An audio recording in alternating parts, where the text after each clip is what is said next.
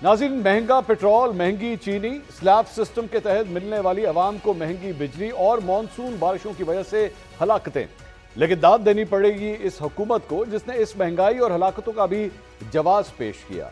महंगे पेट्रोल और बिजली पर कहा गया कि IMF प्रोग्राम की वजह से हम बेबस हैं, आवाम को रिलीफ नहीं दे सकते। चीनी पहले क्यों दरामद की और अब क्यों बरामद की जा रही है, हुकूमत खामोश और बेबस। बारिशों की वजह से हलाकतों पर कहा गया कि अमरीकी हुकूमत भी ज्यादा बारिशों की वजह से बेबस है। हर मामले पर हुकूमत ने अपनी बेबसी का इजहार किया। लेकिन आज एक अच्छी खबर भी सामने आई है कि पाकिस्तानी एयरलाइंस पर बरतानिया में दाखिले पर आयद पाबंदी खत्म कर दी गई। फिर क्या था, वजीर आजम भी एक्स पर मुतहरिक हो गए और कहा कि अल्लाह रब्बुल इज्जत का शुक्र है कि पाकिस्तान एक बार फिर सुरखरू हुआ है। वजीर दिफा ख्वाजा आसिफ ने खुलकर एक्स पर अपने जज्बात का इजहार करते हुए कहा कि 3 साल की लगातार मेहनत रंग ले आई। हर हुकूमत की तरह यह हुकूमत भी अगर कुछ बुरा होता है तो बेबसी का इजहार कर देती है, लेकिन अगर अच्छा होता है तो उसका क्रेडिट लेने में लम्हा भर की कोताही नहीं करती। कुछ भी हो, लेकिन यह पाकिस्तान की कौमी एयरलाइन और हमारे बैनुल-अक़वामी इमेज के लिए एक बहुत बड़ी कामयाबी है। नाज़रीन, 2020 से पहले यूरोपियन यूनियन, अमेरिका और बरतानिया की फिजाएं हमारी कौमी एयरलाइन के लिए खुली थी, लेकिन उस वक्त के विफाकी वजीर बराए हवाबाजी चौधरी गुलाम सरवर के एक बयान ने सब कुछ बदल कर रख दिया।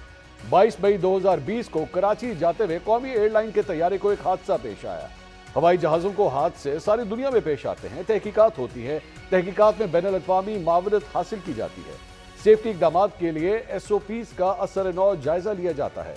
लेकिन पाकिस्तान तहरीक इंसाफ की उस वक्त की हुकूमत के वजीर बराए हवाबाजी ने जो कुछ कहा, उससे पूरी कौमी एयरलाइन जो पहले ही खसारे का शिकार थी और हुकूमती ग्रांट्स पर चल रही थी, बिल्कुल तबाही के दहाने पर पहुंच गई। यह कहना गलत ना होगा कि पायलट्स किसी भी एयरलाइन में रीढ़ की हड्डी की हैसियत रखते हैं, लेकिन विफाकी वजीर ने पायलट्स के लाइसेंसेस को जाली करार दे दिया। इदारे बनने में तो दहाइयां लग जाती हैं, लेकिन एक विफाकी वजीर के कुछ सेकंड्स के बयान से इदारे कैसे तबाह होते हैं वो आप खुद सुन लीजिए। लगभग 546 अफराद PIA के एम्प्लॉयज जिन्हें सियासी तौर पर जेली डिग्रियां दिलवा के नौकरियां दी गई। एक ऐसे अदारे में पायलट अगर जेली डिग्री पे, और सिर्फ ये नहीं, जेली लाइसेंसों में भी इन्वॉल्व है हमारे पायलट। नाज़रीन, 24 जून 2020 को पार्लियामेंट में खड़े होकर विफाकी वजीर ने कौमी एयरलाइन को जो नुकसान पहुंचाना था पहुंचा दिया। 2 दिन बाद विफाकी वजीर ने एक प्रेस कॉन्फ्रेंस में नुकसान की तलाफी की कोशिश की, लेकिन उस वक्त तक पुलों के नीचे से बहुत सा पानी गुजर चुका था। जो पायलट्स अंडर क्वेश्चन है, इंडिक्टेड हैं, वो 262 है, जिनमें से PIA के 141 है। ये सारे मशकूक लाइसेंसों वाले। लगता है कि वफाकी वजीर ने न सिर्फ अपने ही इदारे पर खुदकुश हमला किया, बल्कि पूरी रियासत की साख को भी दांव पर लगा दिया। जुलाई 2020 में यूरोपियन यूनियन ने फिजाई ऑपरेशन की इजाजतनामे को 6 माह के लिए मुअत्तल कर दिया। उसके बाद बरतानिया ने भी PIA की परवाजों पर पाबंदी आयद कर दी।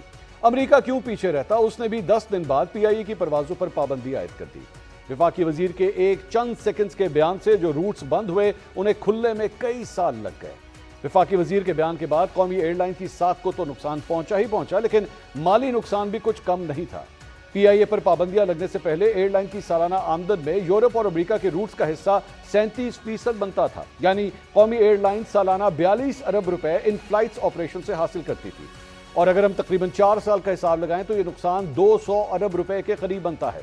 और कौमी एयरलाइन की साख को जो नुकसान पहुंचा, उसको लफ्जों में बयान नहीं किया जा सकता। अब कौमी एयरलाइन के फ्लाइंग ऑपरेशन बहाल होना शुरू हो गए हैं और हुकूमत इसकी निजकारी का फैसला भी कर चुकी है।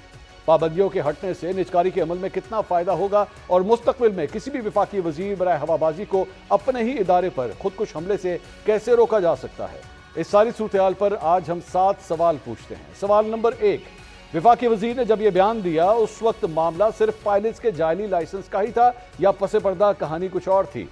सवाल नंबर 2, अगर कौमी एयरलाइन में मसाइल थे तो उस वक्त के विफाकी वजीर को ऐसा बयान पार्लियामेंट में देने की क्या जरूरत पेश आई? सवाल नंबर 3, उस वक्त के वजीर आजम इमरान खान ने अपनी काबीना के वजीर से लापरवाही पर इस्तीफा क्यों तलब नहीं किया? सवाल नंबर 4, जनवरी 2025 में विफाकी काबीना ने चौधरी गुलाम सरवर के बयान का जायजा लेने के लिए फैक्ट फाइंडिंग कमेटी तश्कील देने की मंजूरी दी थी। उस कमेटी के आज तक कितने इजलास हो चुके हैं? सवाल नंबर 5, एक बयान की वजह से कौमी एयरलाइन को शदीद नुकसान पहुंचा। अप्रैल 2022 में तहरीक इंसाफ की हुकूमत खत्म हो गई। पिछले 3 साल में चौधरी गुलाम सरवर से कोई पूछताछ क्यों ना की गई? सवाल नंबर 6, आज वफाकी वजीर दिफा ने PIA की तबाही की जिम्मेदारी उस वक्त के वजीर आजम पर भी आयद की। तोशाखाना केस और अलकादिर जैसे केस इमरान खान के खिलाफ बनाए गए, इतने बड़े इदारे की तबाही के हवाले से तहकीकात क्यों नहीं की गई? सवाल नंबर 7, कौमी एयरलाइन का इदारा पिछले कई बरसों से कौमी खजाने को नुकसान पहुंचा रहा है। क्या बरतानिया के आज के फैसले के बाद कोई बड़ा सरमायाकार कौमी एयरलाइन खरीदने में दिलचस्पी ले सकता है?